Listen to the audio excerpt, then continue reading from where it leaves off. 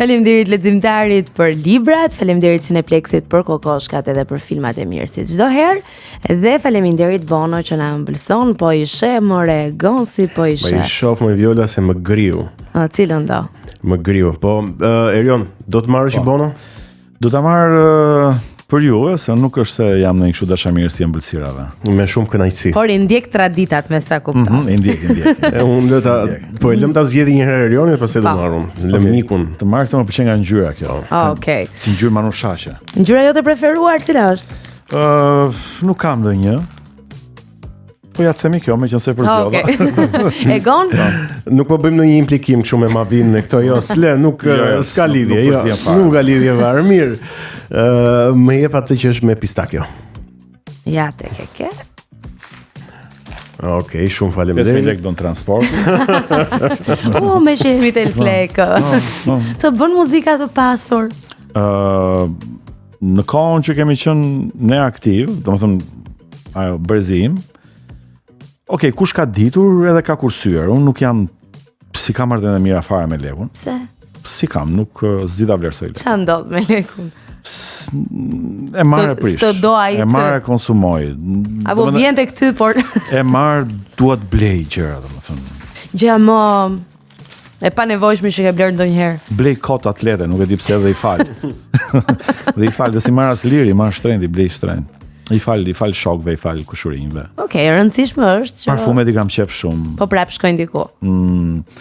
Nuk e di, bëj shpenzimet koda, ndonjëherë aty e kuptoj që ti Erion që e mban veten për njëri inteligjent, ja ku tregon që ç'donte kjo pjesë, nuk e dhe aq. E rëndësishme është që nuk kanë shkuar rrushe kumbulla. Edhe rrushe kumbulla kanë shkuar. Nuk si kam ardhenet e mira, por ka patur nga ata këngëtar që kanë ditur ta kursejnë, kanë ditur ta menaxhojnë, sidomos ata të muzikës popullore që shkojnë nëpër dasma, këta edhe dashurojnë sepse e kanë aty, domethënë e prekin, e shohin tek hidhet, tek fluturon leku. Edhe ndonjëherë janë aq të aftë sa e numërojnë në ajër, po sa ran, sa u hodhën, kush është ai fëmia atje që ka vënë çumxhakiz poshtë këmbës e do t'i marrë ca lek me vete tek banja. Nuk e di pse më ka sikletosur gjithmonë sa herë që shoh në këngëtar të muzikës popullore dhe ato njerëzit aty rreth rrotull që shkojnë dhe i vendosin lek në pjesë të ndryshme të trupit. Nuk është ndonjë gjë e bukur, e sikletshme është. Po për ata që e marrin e fusin në xhep është gjë e bukur, kështu që mësohesh. Po. Koha të mëson me gjithçka. Unë nuk kam qenë asnjëherë pjesë e kësaj atmosfere, nuk di të këndoj këngë dasmash, nuk ja them shumë për muzikën popullore, edhe te serenatat jam dobët. Kam qef shumë baladat e huaja, i kam qef shumë ato këndoj. Po ato nuk preferojnë në tilla ambiente, kështu që nuk kam marrë lek me thas nga ato që hidhen nëpër dasma. Thjesht janë paguar nga albumet e mia të para dhe albumin e parë dhe të dytë janë paguar mirë për kohën, për moshën që kisha. Imagjino që të dytën e shitaj gati 25 milion lek, në atë kohë isha 25 vjeç, 24 vjeç. Ishte një shifër tamam për moshën. Nga 1 milion për çdo vit të jetë. Isha bestseller. Domethënë, ndonjëherë thon pse le muzikën, po pse ata quajmë dështim këtë, ose pse ndodhi kjo kështu, pse ndodhi ajo ashtu, i them, po prisni, i them, ky udhtim nuk ka të bëjë me ju që më shihni. Apo më dëgjoni. Ky udhtim ka të bëjë me mua personalisht. Pyetja është, a e kam shijuar unë këtë udhtim të jetës time? Kjo ka shumë rëndësi. Dhe a e ke shijuar ti këtë udhtim të jetës tënde? Mendoj se jeta është shumë interesante. Jeta është shumë interesante. Të paktën ajo jetë që kam bërë unë, ka patur ulje, ngritje, suksese, dështime, ka patur dashuri, zhgënjime, ka qenë shumë interesante si jetë. Kam mësuar goxha. Ka gjëra për cilët jam krenar, ka gjëra për cilët nuk jam fare krenar. Por që kur shikoj jetë monotone, them Erion mos u ndjek, bër një jetë e cila e ka vletur të jetosh me sukseset dhe dështimet e saj. Në fakt unë këtu doja të ngeleshim pak tek reflektimi. Domethënë, çfarë bëre me 25 milion lekë? Aty e kemi në tek lekët. I prisha. Domethënë i shpenzova. Besoj që meqense nuk e mbaj mend se i kam shpenzuar, do të kem shpenzuar shumë shëmtuar. Okej. Kisha edhe një dikë që më influenconte shumë keq te kjo puna e lekut. Ishte një shok i fëmijërisë time me cilin u rritëm në një lagje, shtëpi përballë. A burse për çfarë e bëre për të mbajt aty podcast? Është një kaçurel si e njohin gjithë shqiptarët. Oh, Sabiani. Atë që thoshte Ilusha Qeri për mua e bëre këtë këngë. Me Sabianin unë jam rritur, kemi qenë komshinj. Edhe ai njësoj si unë edhe ai. Domethënë e hanim lekun. Çe that njëri tjetrit kur nga shok lagjeje komshinj u pat në botën e muzikës. Ne u takuam pas disa vitesh pa e ditur që do takoheshim në atë kohë. Ajo nuk ekziston më, kështu që unë s'po i bëj reklam, quhesh Faf Studio, e drejtuar nga Adrian Hila dhe Fatmir Duro në atë kohë. U takuam aty. Domethënë na përplasi përsëri rastësia nga Komshinj, na përplasi përsëri rastësia në Tiranë. Ai bënte albumin e vet, por më gjeti mua teksa unë po e mbaroj albumin tim të parë me muzikë latine, por shqip. Si u prit në atë kohë? U prit shumë mirë, çuditërisht u prit shumë mirë. Unë nuk është se kisha shumë qef, po u prit shumë mirë. Po ja, është ajo që e tham pak më herët që ne kemi adoptuar gjithmonë çdo lloj rrymë muzikore. U prit shumë mirë, e çuditshme. Mbase në atë kohë, tregu ishte lodhur shumë me këto motivet greko-turke që përdoreshin në muzikën shqip të tregut dhe kjo ngacmimi latin në këtyre nuancave latine brenda muzikës shqiptare u prit mirë. U përqafua, u shit goxha shumë bëri nami në atë kohë kaseta. Besoj, se s'kishte CD. Për ju që keni jetuar ato vite famën, po e them unë se vërtet, keni pasur shumë famë dhe popularitet tek njerëzit. Keni qenë artistë të dashur. Si ishte kontakti me njerëzit? Pra, kur dikush çihte në rrugë në atë kohë, çfarë thoshte? Si e përballoje ti këtë nga ana tjetër? Ka qenë çik sikletshme si marrëdhënie. E para njëherë dua ta nis me faktin që ne kur donim të bënim ndonjë videoklip për të ilustruar këngën, e kishim shumë vështirë të gjenim vajza. Nuk vinte të dilte dikush. Figurante. Po, ishte e turpshme në atë kohë. Mund të ishe pjesë e një videoklipi. E detyroheshim një shoqe, një komshi, kush merrte të dashurën, kush të fejuarën për të plotësuar atë panoramën e klipit. Po edhe me fansat në rrugë ka qenë shumë e sikletshme. Shumë do donin që të vinin të merrnin një autograf, u vinte zor, u vinte turp. Nuk ishte kjo lirshmëri që është sot. Domethënë rrallë herë ndodhte që në rrugë atëherë edhe pse të njihnin të gjithë, kur shkojnë në një restorant do të ofronin një verë apo një pije, në rrugë dikush do të jepte një ëmbëlsirë apo një përqafim, po prap nuk ka qenë kjo lirshmëri që është sot. Po komenti më i çuditshëm që ke dëgjuar për veten që ka habitur. Komenti më i çuditshëm nuk është se kam fiksuar ndonjë koment. Dëgjoj kështu budalliqe të tipit ka 3 fëmijë kështu. Jo, nuk kam dëgjuar ndonjë gjë që më ka ngelur mendja. Po. Po kam përshtypjen që edhe vajzat e videoklipeve ishin më të bukura atëherë se janë këto sot. Ku di tash. Ja, do të ishin pak më natyrale, Natyrale po, më të bukura. Se tani këto vërtet bëjnë ndërhyrje këto të sotmet, po ka dhe që u rrin bukur ato ndërhyrje. Mirë, bëhen me karar. Estetikisht them që sot ka vajza që prezantohen më mirë se në atë kohë. Atëherë kanë qenë bio. Në qoftë se ato që kanë qenë bio në atë kohë do të kishin këto kushte që kanë sot me këto, ku diun, sallonet e estetikës etj, do të ishin do shkëlqenin fare, do ndriçonin. Sa bukur. Po të kthesh pas në ato vite, po të kishe mundësi të jetoje edhe një herë. Çfarë do bëje ndryshe? Çfarë do bëja ndryshe? Po në qoftë se do kthesha pas, unë prap ky do isha, kështu që se di prap gjërat lëmsh do i bëja siç i kam bërë. Po që nuk e di. Çfarë do bëja ndryshe? Do qëndroja më shumë me njerëzit, se sa me idenë që duhet jem një profesionist i mirë, duhet i përkushtojmë karrierës, duhet të kalojmë shumë kohë në studio, duhet patjetër të kisha qëndruar më shumë me njerëzit, sepse më kam kaluar, më kanë ikur nga jeta njerëz të cilët mbase duhet i kisha mbajtur fort në jetën time. Edhe si kam dhënë rëndësinë dur. Po kur e kupton njeriu këtë, pra? Kur e kupton njeriu këtë? A është një moment që ti shkund mirë themelet? Unë se di, mbase për mua është vonë, në kuptimin që e kuptova tani. Ka njerëz që se kuptojnë kurrë, ka njerëz që e kuptojnë mbase 70-80 vjeç, ka njerëz që e kuptojnë më herët se unë, që 35 vjeç apo 40 vjeç. Se di, po për mua ky ka qenë, domethënë tani është momenti për të bërë një reflektim të qartë të asaj që ka ndodhur dhe unë them që në qoftë se do isha kthyer, me lekun do isha sjell po njësoj, do e kisha shpenzuar. por me njerëzit do t'i Ka thënë Artiola Toska, harxhoje parën mos kurse nuk vlen një kursimtar. Dhe kjo na ka udhëhequr. Po me njerëzit do kisha qëndruar më shumë me njerëzit, se sa me idenë që më duhet të bëj një këngë të re, më duhet ky videoklipi, shiko se un tani po shijoj famën, shiko se un jam filani, të kap një lloj, ku di un, deliri që ti ngatrohesh pastaj me këmbët e tua dhe rrëzohesh. Përballë kujt nuk ishe asnjëherë i famshëm? Përballë vetes time. Okej. Përballë vetes time isha ai ideali që këndoja që i vogël, që nuk e dija çfarë ishte fama.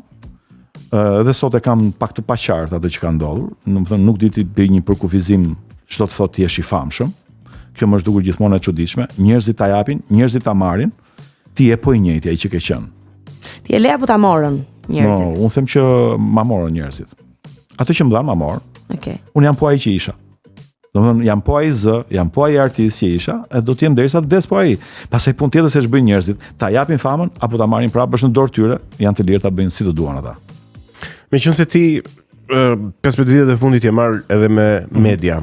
Cila është më skandal këtu në këtë vend? Është muzika apo media? Muzika apo gazetaria? Më skëter. Unë mendoj që ecin paralel të gjitha. Mendoj që vetëm gjë e bukur që kemi ne është natyra në Shqipëri. Pastaj muzika, media, politika, janë pjesë të njëjtës, ekonomia, domethënë duket sikur ecin krah për krah të dehura me njëra tjetrën. Rrëzohet njëra mban tjetrën edhe ky domethënë ky lloj vallëzimi i shëmtuar vazhdon. Jo më gjatë se 2 ditë më parë, pash 2 tituj që më habitën. Dhe kur them më habitën, unë kam që nga viti 2011 që jam pjesë e televizionit, domethënë kam qenë pjesë e një televizioni informativ në Shqipëri dhe isha në kontakt me lajmin, me gazetar, me prezantues, me analist, kam qenë në kafe me ta, diskutonin, flisim, pra fillova të kuptoja diçka se çfarë ndodhte në Shqipëri kur ketë të bësh me lajmin, thelbin e tij, burimin si trajtohet, të vërtetën, këto zmadhimet etj, abuzimin ndonjëherë me titujt. Dhe çfarë ndodhi? Lexova një titull në një portal që thoshte para 2 ditësh fiks, thoshte kështu: trafikanti shqiptar sfidon autoritetet angleze. Dhe thash me vete, e para punës, ne media po kontribuojmë që ta kthejmë gangsterizmin të fortin në kult. Dhe pastaj ankohemi pse të rinjt duan të gjithë të bëhen të fortë dhe vrapojnë mbas lekut në mënyrë për ta fituar atë në mënyrë të pistë. Po ç'është ky trafikant që sfidoka autoritetet angleze kur Anglia ka një nga policitë më të mira në botë, më të afta. Ka shërbime sekrete më të mira në botë, më të afta. Për mos shkuar pastaj tek ushtria apo institucionet e tjera. Flasim për një vend si Anglia e cila ka sunduar botën. Tani del një pseudo gazetar dhe bën një titull të tillë që jo vetëm shëmton portalin ku e ka shkruar këtë titull, po edhe keq informon njerëzit, edhe e deformon edhe i keq orienton në kuptimin me atë se çfarë po ndodh në të vërtetë. Dhe ne e dim se bëhet kjo. Dhe ne s'dim pse kush është qëllimi, thjesht për të shkuar te klikimet.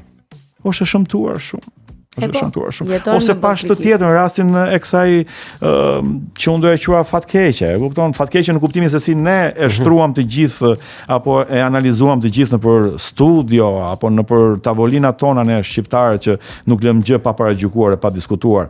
Të nënës me 3 fëmijë. Po. Të gjithë morëm nga një gur për ta gjuajtur, po edhe media e para fillonte një lajm horror, braktisen 3 fëmijë. Pa pyetur njerë, po pritë, çfarë po ndodh me këtë grua? Kush është kjo grua? Çfarë probleme ka kjo ekonomike? Apo kalon në gjendje depresioni kjo grua? Pse e kanë lënë? A është shteti aty për t'i dhënë një ndihmë? Ku janë këto shoqatat e grave që dalin nëpër këto tryeza televizive çdo mbrëmje dhe thon kemi këtë projekt në dorë etj. Ku janë këto gratë që këto shoqata i integrojnë?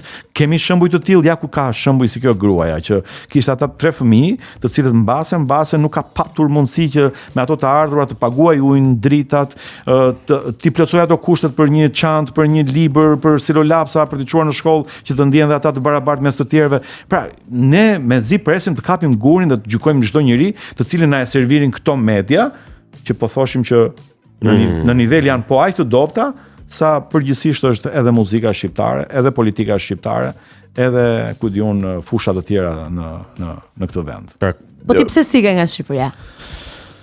Kur pas ke kaq shumë ankesa, pse sike?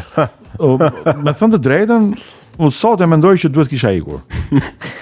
Është shumë vonë për mua, është shumë vonë sepse unë nuk do mundem dot që të dal jashtë profilit tim të punës, se të bëj një punë mbase që do më plakte para kohë, të tipit se di një ndihmës guzhonjer, se mua se më marrë njëri tani të më vëj qoftë edhe për gjuhën që duhet ta flasësh në mënyrë shkëlqyer për të qenë pjesë e një radio, një media, e leximit të një dokumentari apo ku diun se çfarë, do të dish gjuhën perfekt. Se di, nuk do e bëja dot sot këtë gjë, por sot e mendoj që nëse të kisha ikur si motra dhe vllai im që ikën në vitet 98, ata emigruan në Itali, sot janë me pasaporta, me shtëpitë e tyre, janë integruar plotësisht në jetën italiane, shoqërisë italiane. Them që nëse do kisha ikur në ato vite, do kisha mësuar një italisht shumë të mirë dhe mendoj që do të isha pjesë e një radioje në Itali, në Firenze apo kudo që do jetoja. Ka një gjë që nuk ja fal vetes? Shiko, gabimi më i madh që mund të bëjmë ne në jetë është të mos falim veten. Domethënë, kjo është gjëja e parë që ne duhet të bëjmë. E para të flasim me veten, e dyta ta analizojmë kur bëjmë një gabim, po ajo e treta dhe më e rëndësishme është ta falim veten tonë. Domethënë, ne gjatë jetës bëjmë edhe budalliqe të tilla, të tipit më tha mua Viola që kështu ti erion nuk je djalë i mirë dhe të ngelet mendja, nuk fle gjithë natën se thua pse e tha këtë Viola etj. Viola ndërkohë ka ikur në shtëpi e bën gjumin top dhe ti vazhdon vuan një gjë të tillë. Shiko, duhet të qëndrojmë thelbit, kush jemi në të vërtetë dhe si mundemi ne ta bëjmë veten më të mirë, pavarësisht se çfarë thon të tjerët dhe pavarësisht se sa e gjykojmë ne veten tonë. E rëndësishme është që çdo ditë, në çdo hap që hedhim, të gëdhëndim një erion më të mirë, të gëdhëndim një vjol më të mirë. Pra ta bëjmë veten tonë më të mirë. Mua më thon ndonjëherë se unë bashkëpunoj me Rezar Xhaxhiun. Prej 3 vitesh bëjmë këtë emisionin në Radio Tirana, emision mëngjesi. Dhe më thonë ndonjëherë, shko Samir, po ecën në të njëjtat hapa me Xhaxhiun.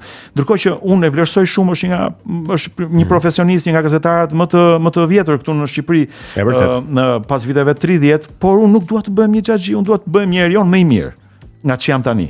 Po ky krahasimi ka qenë për herë, nuk e di, e ka shoqëruar me sa duket Shqipërinë. Se di pse. Që nga mënyra se si ne jemi rritur dhe unë nuk e them për herë të parë këtë, kam thënë disa herë në këtë studio që ne jemi rritur nga prindër që na kanë krahasuar dhe na kanë thënë shife gocën e filanit, bën byreka ajo, pastron shtëpinë, i bën gjitha me radhë. Edhe kjo na ka ndikuar edhe te edhe ti thuaj, unë bëj 2 emisione thuaj.